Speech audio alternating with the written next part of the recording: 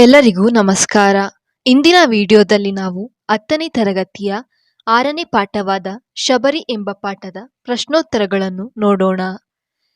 ಕೃತಿಕಾರರ ಪರಿಚಯ. ಹೆಸರು ಪೂತಿ ನರಸಿಂಹಾಚಾರ್. ಪೂರ್ಣ ಹೆಸರು ಪುರೋಹಿತ ತಿರುನಾರಾಯಣಂ ಗಾರ್ಯ ನರಸಿಂಹಾಚಾರ್. ಕಾಲ 1905ರಿಂದ 1988. ಸ್ಥಳ ಮಂಡ್ಯ ಜಿಲ್ಲೆಯ ಮೇಲುಕೋಟೆ. ಕೃತಿ ಅಹಲ್ಯೆ, ಶಬರಿ, ಗೋಕುಲ ನಿರ್ಗಮನ, ಅಣತೆ, ಗಣೇಶ ದರ್ಶನ, ಶ್ರೀ ಹರಿಚರಿತೆ ಇತ್ಯಾದಿ. ಪ್ರಶಸ್ತಿ: ಕೇಂದ್ರ ಸಾಹಿತ್ಯ ಅಕಾಡೆಮಿ ಪ್ರಶಸ್ತಿ, ಪಂಪ ಪ್ರಶಸ್ತಿ, ಗೌರವ ಡಿ.ಲಿಟ್ ಪದವಿ. ಕೊಟ್ಟಿರುವ ಪ್ರಶ್ನೆಗಳಿಗೆ ಒಂದೊಂದು ವಾಕ್ಯದಲ್ಲಿ ಉತ್ತರಿಸಿ. ಪ್ರಶ್ನೆ 1. ಶ್ರೀರಾಮನ ತಂದೆಯ ಹೆಸರೇನು? ಉತ್ತರ: ಶ್ರೀರಾಮನ ತಂದೆಯ ಹೆಸರು ದಶರಥ. ಪ್ರಶ್ನೆ 2. ಶ್ರೀರಾಮನಿಗೆ ಸಮರ್ಪಿಸಲು ಶಬರಿ ಏನನ್ನು ಸಂಗ್ರಹಿಸಿದಳು? ಉತ್ತರ: ಶ್ರೀರಾಮನಿಗೆ ಸಮರ್ಪಿಸಲು ಶಬರಿ ತಿಳಿರು, ಹೂ, ಹಣ್ಣು ಹಂಪಲುಗಳನ್ನು ಸಂಗ್ರಹಿಸಿದ್ದಳು. ಪ್ರಶ್ನೆ 3. ಮತಂಗಾಶ್ರಮದಲ್ಲಿ ವಾಸವಿದ್ದ ತಪಸ್ವಿನಿ ಯಾರು? ಉತ್ತರ: ಮತಂಗಾಶ್ರಮದಲ್ಲಿ ವಾಸವಿದ್ದ ತಪಸ್ವಿನಿ ಶಬರಿ. ಪ್ರಶ್ನೆ 4. ರಾಮ ಲಕ್ಷ್ಮಣರಿಗೆ ಮತಂಗಾಶ್ರಮಕ್ಕೆ ಹೋಗಲು ಸೂಚಿಸಿದವರು ಯಾರು? ಉತ್ತರ: ರಾಮ ಲಕ್ಷ್ಮಣರಿಗೆ ಮತಂಗಾಶ್ರಮಕ್ಕೆ ಹೋಗಲು ಸೂಚಿಸಿದವರು ಧನು. ಪ್ರಶ್ನೆ 5. ಶಬರಿಗೀತ ನಾಟಕದ ಕರ್ತು ಯಾರು? ಉತ್ತರ: ಶಬರಿಗೀತ ನಾಟಕದ ಕರ್ತು ಪೂತಿ ನರಸಿಂಹಾಚಾರ್. ಕೊಟ್ಟಿರುವ ಪ್ರಶ್ನೆಗಳಿಗೆ 3-4 ವಾಕ್ಯಗಳಲ್ಲಿ ಉತ್ತರಿಸಿ. ಪ್ರಶ್ನೆ 1. ರಾಮನು ಗಿರಿವನವನ್ನು ಏನೆಂದು ಪ್ರಾರ್ಥಿಸಿದನು? ಉತ್ತರ: ದೊರೆವಳೆ ಸೀತೆ, ಭೂಮಿ ಜಾತೆ, ಆತ್ಮ ಕಾಮ ಕಲ್ಪಲತೆ. ದೊರೆವಳೆ ಚಲುವೆ, ಎರೆವೆ ಎರೆವೆ ಗಿರಿವನವೇ, ಪೇಳಿರಿ ನಾನೆರೆವೆ ದೊರೆವಳೆ ದೊರೆಯಳೆ, ಅವಳ ನೆಲೆಯಾರು ಅರೀರೆ, ಪೇಳಿ ಎನ್ನರಸಿ ದೊರೆಯಳೆ, ಈ ಬೇಗ ಕೆಡದಲ ನನ್ನೆದೆಯ ಬಿಡದಲ, ಈ ಜಗವ ಸುಡದಲ, ಆಹಾ ಆಹಾ ಆಹಾ ಎಂದು ಗಿರಿವನವನ್ನು ಪ್ರಾರ್ಥಿಸಿದನು. ಪ್ರಶ್ನೆ 2. ಲಕ್ಷ್ಮಣನು ಅಣ್ಣನನ್ನು ಹೇಗೆ ಸಂತೈಸಿದನು? ಉತ್ತರ: ತಾಳಿಕೋ ಅಣ್ಣ ತಾಳಿಕೋ, ಸೂರ್ಯನೇ ತೇಜಗೆಡೆ ತೇಜ ಕಡೆಯಾರು, ರಾಮನೇ ಧೈರ್ಯಗೆಡೆ ಸ್ಥೈರ್ಯ ಕಡೆಯಾರು, ಚಿತ್ರಕೂಟದ ಸಂದರ್ಭದಲ್ಲಿ ನಾನು ಆಕೆಯನ್ನು ಒಂಟಿಯಾಗಿ ಬಿಟ್ಟು ಹೋಗಿದ್ದರಿಂದ ಈ ಗತಿ ಬಂದಿತ್ತು, ನಾನು ಹಾಗೆ ಮಾಡಬಾರದಾಗಿತ್ತು ಎಂದು ಹೇಳುತ್ತಾ ಲಕ್ಷ್ಮಣನು ರಾಮನನ್ನು ಸಂತೈಸಿದನು. ಪ್ರಶ್ನೆ 3. ರಾಮನ ಸ್ವಾಗತಕ್ಕಾಗಿ ಶಬರಿ ಮಾಡಿಕೊಂಡಿದ್ದ ಸಿದ್ಧತೆಗಳೇನು? ಉತ್ತರ: ರಾಮನ ಸ್ವಾಗತಕ್ಕಾಗಿ ಶಬರಿಯು ಸವಿಯಾದ ಬಗೆ ಬಗೆಯ ಹಣ್ಣುಗಳನ್ನು, ಜೇನುತುಪ್ಪ, ಅಧಿಕವಾಗಿರುವ ಮಧುಪರ್ಕವೆಂಬ ಪಾನೀಯವನ್ನು, ಸುವಾಸನೆಯಿಂದ ಕೂಡಿದ ಬಾಡದ ಹೂವುಗಳನ್ನು ಸಂಗ್ರಹಿಸಿ ಸಿದ್ಧತೆ ಮಾಡಿಕೊಂಡಿದ್ದಳು. ಪ್ರಶ್ನೆ 4. ಶಬರಿಯು ರಾಮ ಲಕ್ಷ್ಮಣರನ್ನು ಉಪಚರಿಸಿದ ರೀತಿಯನ್ನು ವಿವರಿಸಿ. ಉತ್ತರ: ರಾಮ ಲಕ್ಷ್ಮಣರನ್ನು ನೋಡಿದ ಶಬರಿಯು ಬೆರಗಾದಳು. ಬೆರಗು ಕಳೆದು ಅವನ ಸನಿಹ ಬಂದು ಅವನ ಮೈಯನ್ನು ಸ್ಪರ್ಶಿಸಿ ಪಾದಕ್ಕೆರಗಿ ಕೈಯನ್ನು ಕಣ್ಣಿಗೊತ್ತಿಕೊಂಡು ಕಂಬನಿಗರೆದಳು. ಬನ್ನಿರಿ ಎಂದು ಗದ್ಗದಿಸುತ್ತಾ ರಾಮನನ್ನು ಉಪಚರಿಸಲು ಅವಳು ಮಾಡಿದ ಸಿದ್ಧತೆ ಸಾಲದೆಂದು ಮರುಗಿದಳು. ಪರಿಮಳವನ್ನು ಸೂಸುವ ವಿವಿಧ ಹೂವುಗಳಿಂದ ಕಟ್ಟಲಾದ ವನಮಾಲೆಯನ್ನು ಕೊರಳಿಗಿಟ್ಟು ಹಿಗ್ಗಿದಳು. ತಾನು ರಾಮನಿಗೆಂದು ತಂದಿರುವ ಹಣ್ಣಿನಷ್ಟು ರುಚಿಯಾದ ಹಣ್ಣು ಈ ಜಗದಲ್ಲಿಯೇ ಇಲ್ಲವೆಂದು, ನಿಮಗಾಗಿಯೇ ಇದನ್ನು ತಂದಿರುವೆನೆಂದು ಅವರಿಗಿತ್ತು ಉಪಚರಿಸಿದಳು. ಪ್ರಶ್ನೆ 5. ಆತಿಥ್ಯ ಸ್ವೀಕರಿಸಿದ ರಾಮ ಲಕ್ಷ್ಮಣರು ಶಬರಿಗೆ ಏನು ಹೇಳಿದರು? ಉತ್ತರ: ಆತಿಥ್ಯ ಸ್ವೀಕರಿಸಿದ ರಾಮ ಲಕ್ಷ್ಮಣರು ಶಬರಿಗೆ, ನಾವು ನಿಮ್ಮ ಪ್ರೀತಿಯ ಸ್ವಾಗತದಿಂದ ಸಂತಸಗೊಂಡೆವು, ನಿನ್ನ ಸುಖದಲ್ಲಿ ನಮ್ಮ ಸುಖ ಕಂಡೆವು, ಕಣ್ಣಿಗೆ ಕಾಣದ ಆನಂದವನ್ನು ಅನುಭವಿಸುವ ಪುಣ್ಯ ನಮ್ಮದಾಯಿತು, ನಾವು ನಿನಗೆ ಎಂದೆಂದಿಗೂ ಋಣಿಗಳು ಎಂದು ಹೇಳಿದರು. ಕೊಟ್ಟಿರುವ ಪ್ರಶ್ನೆಗಳಿಗೆ 8-10 ವಾಕ್ಯಗಳಲ್ಲಿ ಉತ್ತರಿಸಿ.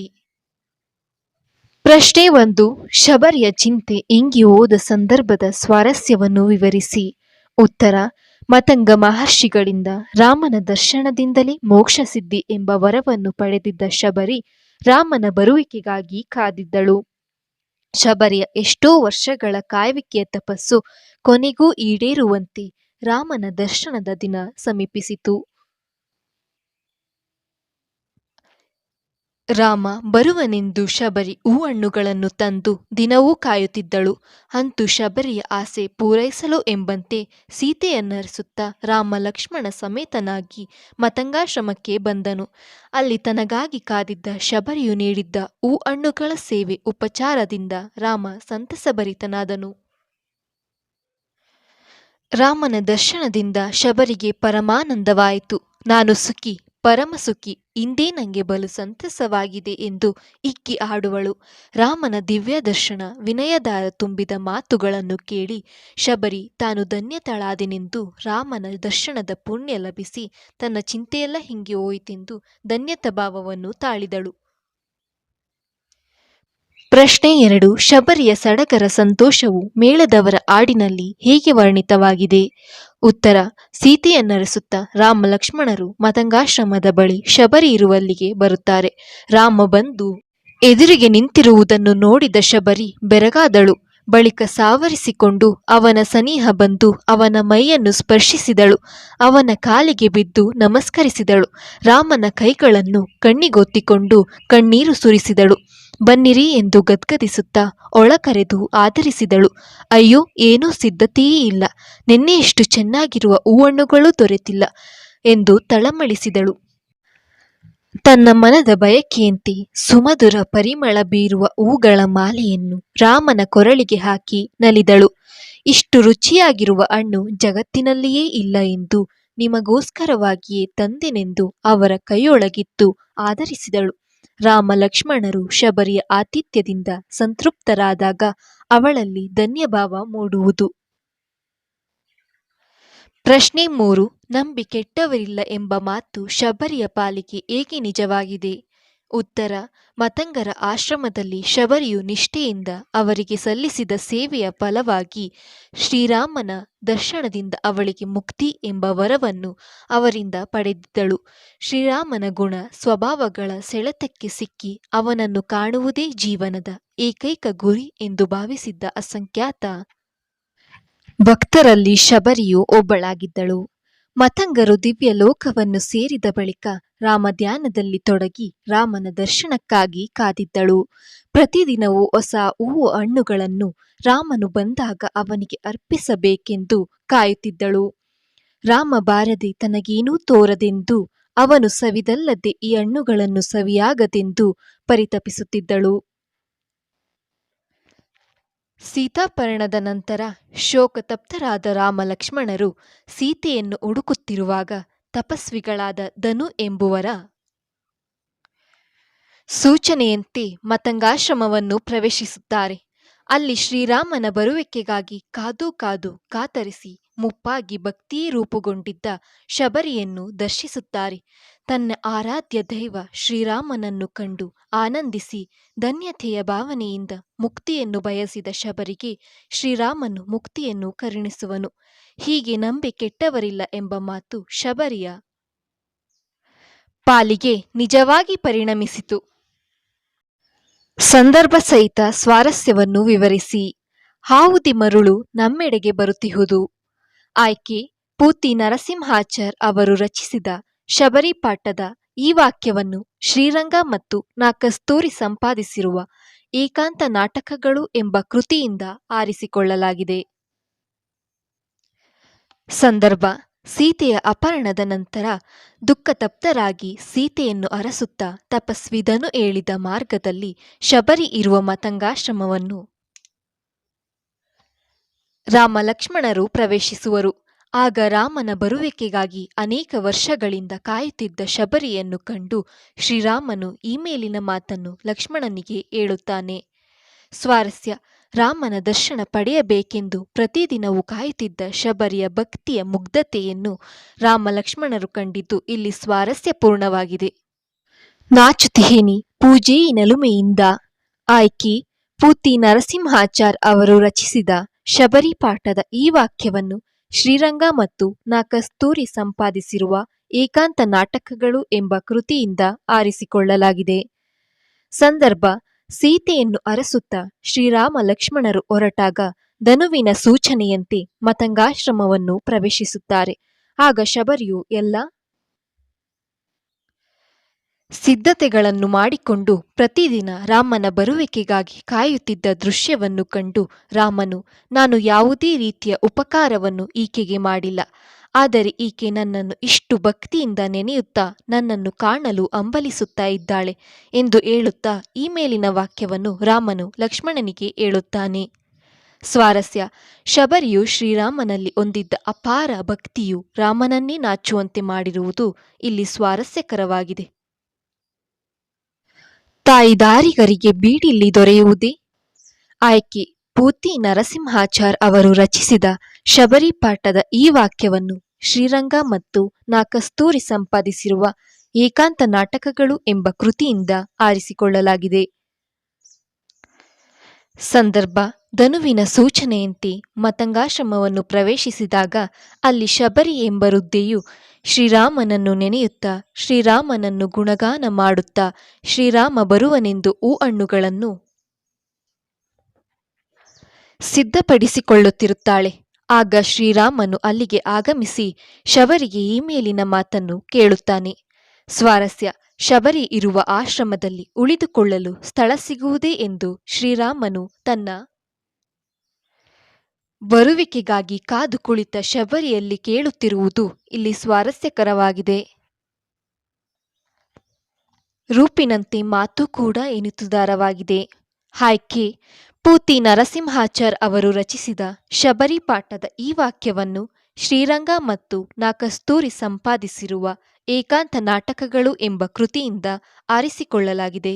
ಸಂದರ್ಭ: ಶ್ರೀರಾಮನು ಶಬರಿಯ ಅತಿಥಿ ಸತ್ಕಾರವನ್ನು ಸ್ವೀಕರಿಸಿ ಕಾಡಿನೊಳಗೆ ಇಂತಹ ಸೊಗಸಾದ ಸವಿಯನ್ನು ಕಂಡ ನಾವೇ ಪುಣ್ಯವಂತರು, ಸದಾ ನಾವು ನಿನಗೆ ಋಣಿಯಾಗಿರುತ್ತೇವೆ ಎನ್ನುತ್ತಾನೆ. ಆಗ ಶಬರಿ, ನಾನು ಬಡವಿ, ನಿಮಗೆ ಸರಿಯಾದ ಹಸಿವನ್ನು ನೀಗಿಸಲು ಸಾಧ್ಯವಾಗಲಿಲ್ಲವೇನು ಎಂದು ಹೇಳಿದಾಗ ಶ್ರೀರಾಮನು, ಅಯೋಧ್ಯೆಯ ಅರಮನೆಯ ಆತಿಥ್ಯಕ್ಕಿಂತ ಮಿಗಿಲಾದದ್ದು, ನನ್ನ ತಾಯಿಯಂತೆ ಉಪಚರಿಸಿದ್ದೀರಿ ಹಾಗೂ ಪ್ರೀತಿಯನ್ನು ಕೊಟ್ಟಿದ್ದೀರಿ ಎಂದು ಶ್ರೀರಾಮನು ಹೇಳಿದಾಗ ಶಬರಿಯು ಈ ಮೇಲಿನ ಮಾತನ್ನು ಹೇಳುತ್ತಾಳೆ. ಸ್ವಾರಸ್ಯ: ಶ್ರೀರಾಮನ ರೂಪದಂತೆಯೇ ಅವನ ಮನಸ್ಸು ವಿಶಾಲವಾದದ್ದು ಎಂಬುದು ಇಲ್ಲಿ ಸ್ವಾರಸ್ಯಕರವಾಗಿದೆ. ಬೆಳಕಿಗೊಳಿದವರು ಉರಿವ ಬತ್ತಿಯ ಕರುಕ ಕಾಣದ. ಆಯ್ಕೆ: ಪೂತಿ ನರಸಿಂಹಾಚಾರ್ ಅವರು ರಚಿಸಿದ ಶಬರಿ ಪಾಠದ ಈ ವಾಕ್ಯವನ್ನು ಶ್ರೀರಂಗ ಮತ್ತು ನಾ ಕಸ್ತೂರಿ ಸಂಪಾದಿಸಿರುವ ಏಕಾಂತ ನಾಟಕಗಳು ಎಂಬ ಕೃತಿಯಿಂದ ಆರಿಸಿಕೊಳ್ಳಲಾಗಿದೆ. ಸಂದರ್ಭ: ಶಬರಿಯು ಶ್ರೀರಾಮನ ದರ್ಶನವನ್ನು ಪಡೆದ ನಂತರ ಧನ್ಯಳಾಗಿ ತನಗೆ ಮುಂದೆ ಯಾವುದೇ ಆಸೆಗಳಿಲ್ಲ, ತನಗೆ ಮುಕ್ತಿಯನ್ನು ಕರುಣಿಸು ಎಂದು ಬೇಡಿಕೊಳ್ಳುತ್ತಾಳೆ. ಆಗ ಶ್ರೀರಾಮನು ಒಲ್ಲದ ಮನಸ್ಸಿನಿಂದ ಮುಕ್ತಿಯನ್ನು ಕರುಣಿಸುತ್ತಾನೆ. ಶಬರಿಯು ಆಡುತ್ತಾ ಅಗ್ನಿಯನ್ನು ಪ್ರವೇಶಿಸುತ್ತಾಳೆ. ಆಗ ಲಕ್ಷ್ಮಣನು ಶಬರಿಯನ್ನು ಕುರಿತು, ಯಾರು, ಎತ್ತ, ಏಕೆ ಎಂದೂ ಕೇಳದೆ ಮಕ್ಕಳಂತೆ ನಮ್ಮನ್ನು ಪ್ರೀತಿಯಿಂದ ಸತ್ಕರಿಸಿದಳು